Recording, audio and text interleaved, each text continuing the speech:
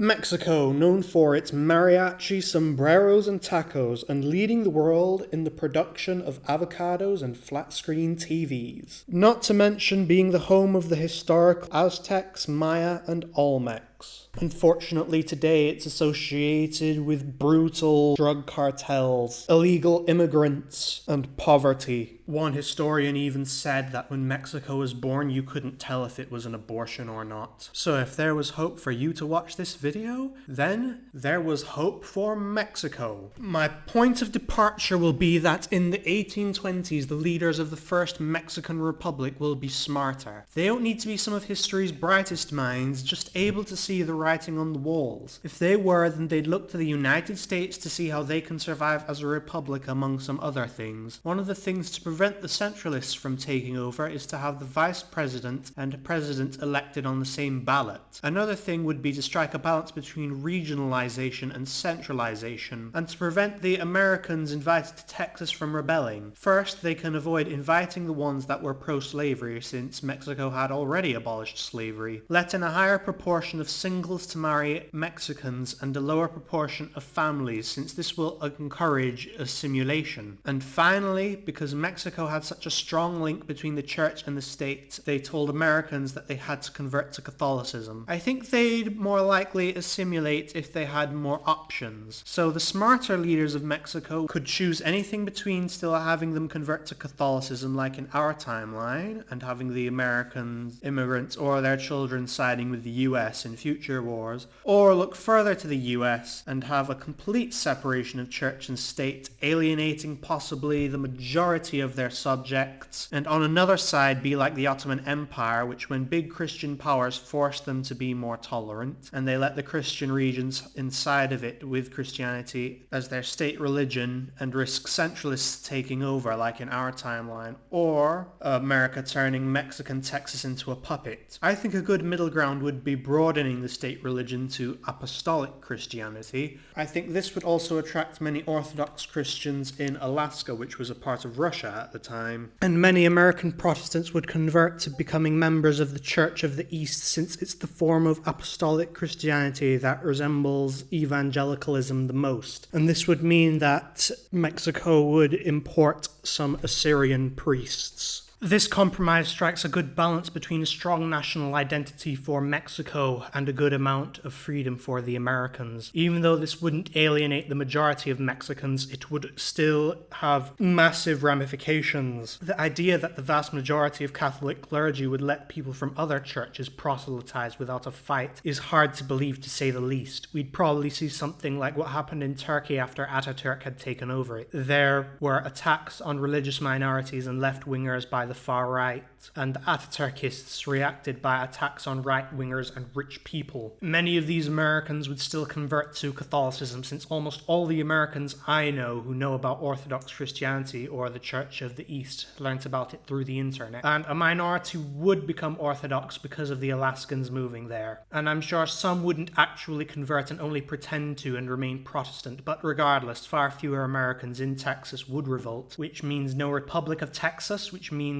the Mexican-American War wouldn't happen when it did in our timeline. So in lack of slave states, they'd look to Cuba, since if they looked further into the Caribbean, like to Hispaniola or Puerto Rico, that would mean war with Spain, and European powers would keep their navy and build ties with Haiti to block American expansion at Cuba. Cuba alone at this time wouldn't mean that, since it wanted to join the US. There's a difference between supporting Cuban patriots who want independence from Spain and becoming a threat to the great powers of Europe, since Puerto Rico was loyal to Spain compared to Cuba. And they'd need to get Hispaniola to connect the two, and the United States had recognized Haitian independence by then. With Cuba being an American state, the northwestern half of Cuba would be like the Miami-Dade of this timeline, especially considering Cuban immigrants and descendants of Cubans make up a large proportion of Miami-Dade's population. And the southeastern half would be the Puerto Rico of this timeline, since since Puerto Rico is a Hispanic Caribbean island and territory of the United States. Later on, when the California gold rush happens, Mexico will start getting wealthy and the Americans will be worried that Mexico will become more powerful than the US was at the time. So the United States of America would start the Mexican-American War in the late 1840s or former half of the 1850s. Mexico will lose this war, but not quite as badly as it did in our timeline, since by this time there will be a generation of people, some of whom will be first or second generation descendants of those Americans in Texas. And since they'd be influenced by the Protestants who had a higher literacy rate because they want you to read the Bible and interpret it for yourself, rather than, depending on your point of view, either how the Pope wants you to interpret the Bible or how the Christians have interpreted the Bible for centuries. Mexican Texas would have had a large population of literate people, which means during these over 30 years some universities would have been built, which means Mexico would have had industry for the first time, despite it not being as one-sided as it was in our timeline. Mexico would still lose since all the industry would have been in Texas and nearby areas like the Sonoran Desert. I think it would have spread throughout the Sonoran Desert because agriculture is not profitable there, which means industry could flourish. But this also means they wouldn't have had railroads to connect it with the southern parts of Mexico, which is where the bulk of Mexico's population is. Hence, Mexico would have been unable to mobilize enough troops to prevent America from seizing much territory. In our timeline, Mexico lost so badly, the US could have taken about half of what is north of Mexico City, but didn't because they were worried that would have made the slave states too powerful. So Mexico would prevent the Americans from seizing land south of where the Rockies and the Great Basin meet the Sonoran Desert. This would be the war that would make Mexico realize it has to industrialize the rest of the country to avoid something like that ever happening again. That didn't happen in our timeline after the Mexican-American War, since the parts they lost were so far away from the parts of Mexico that most people lived in, and they had no idea about the gold in California. Also after the war, since Mexico only let in anti-slavery Americans into Texas, the new Americans that take over Texas would kick out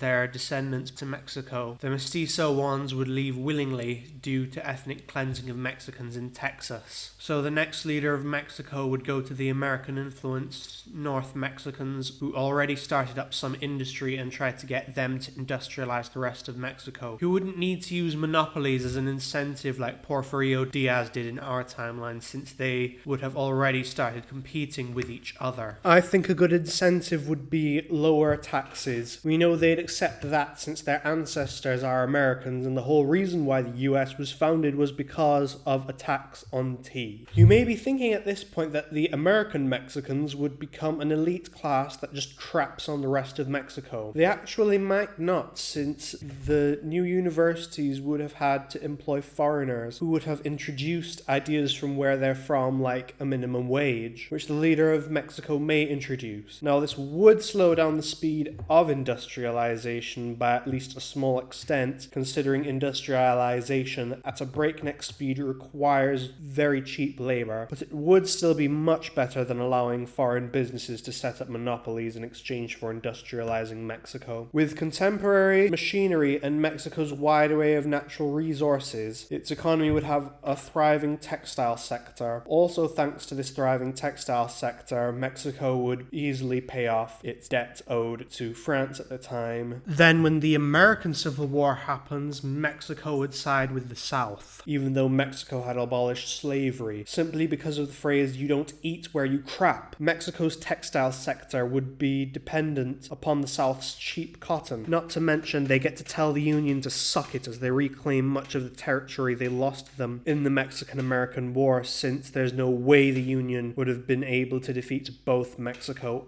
and the Confederacy. After the North loses the war, they'd be very angry. Abraham Lincoln would be seen as one of the worst presidents in US history. We certainly wouldn't see his face on Mount Rushmore. Sadly, we'd probably see some of the slaves that fled to the north for freedom, killed and being blamed for the mess. And now, since Mexico has conquered much of what is western United States in our timeline, it wouldn't have conquered Hawaii or the Philippines. It's very awkward that they did in our timeline anyway. Around this time, the mahogany trade would have also become more lucrative, so Mexico would likely give the Maya more rights to stop them from rebelling in the mahogany-rich areas of Mexico, then expand south into the mahogany-growing areas of Central America, except the Mosquito Coast. They'd probably have to wait until Britain is distracted when it's about to join the Crimean War to seize it, then give it back after the war. Maybe send a battalion to help Russia drag the war on even longer to get more mahogany, since Mexico couldn't beat Britain. They'd have to hand over the coast when that war ends. And Mexico might have a rivalry with the Confederacy in Central America because the CSA had corporate interests there. Britain might hand over the Mosquito Coasts to Mexico after, like they did with Nicaragua, but Mexico might not be willing to comply with this idea since they enlarged Belize in compensation for that in our timeline. And since Mexico would have conquered areas of Guatemala that later became parts of Belize, and they wouldn't be willing to give those up. And since those parts of Belize are the only ones where wheat grows, food will become expensive in Belize. So Belize just might be a continental version of Jamaica with sky-high homicide rates. Not to mention the areas of Guatemala that grow the most mahogany are some of Guatemala's best land and